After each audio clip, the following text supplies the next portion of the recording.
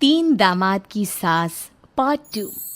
अब तक आपने सुना कि कावेरी जी अपनी तीनों बेटियों ईशा, मोहिनी और सुहाना की शादी तीन घर जमाई लड़कों के साथ करवा देती है।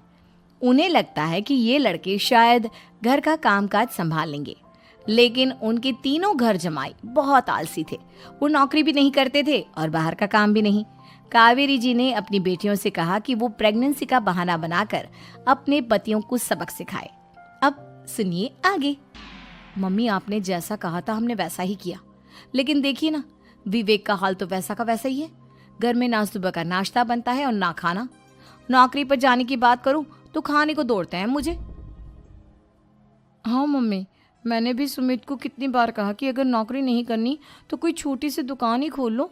घर का खर्चा कैसे चलेगा? देखो, दोपहर के 12 बजने आए और जनाब अभी तक सो रहे हैं।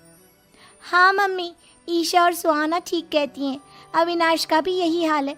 जब मैंने अपनी प्रेगनेंसी के बारे में कहा तो मुझसे कहने लगा, अरे दूसरी लड़कियां तो 9-9 महीने तक नौकरी करती है, बस डिलीवरी के टाइम छुट्टी लेती है।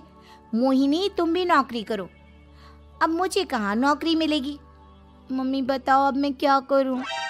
हे भगवान, क्या सोचकर घर जमाई दामाद लाई थी मैं कि मेरी बेटियां मेरे पास रहेंगी और खुश रहेंगी, लेकिन इन आलसी दामादों ने तो हमारी जिंदगी को भी प्रॉब्लम में डाल दिया है।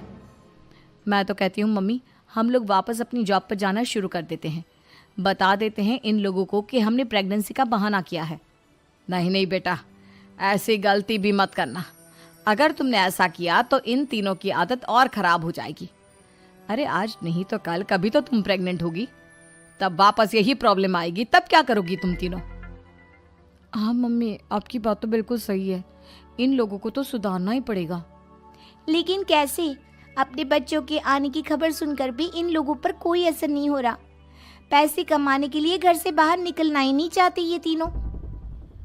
अब मेरे दिमाग में एक प्लान आया है। तुम तीनों चिंता मत करो, उन तीनों को बुलाओ, फिर मैं बात करती हूँ।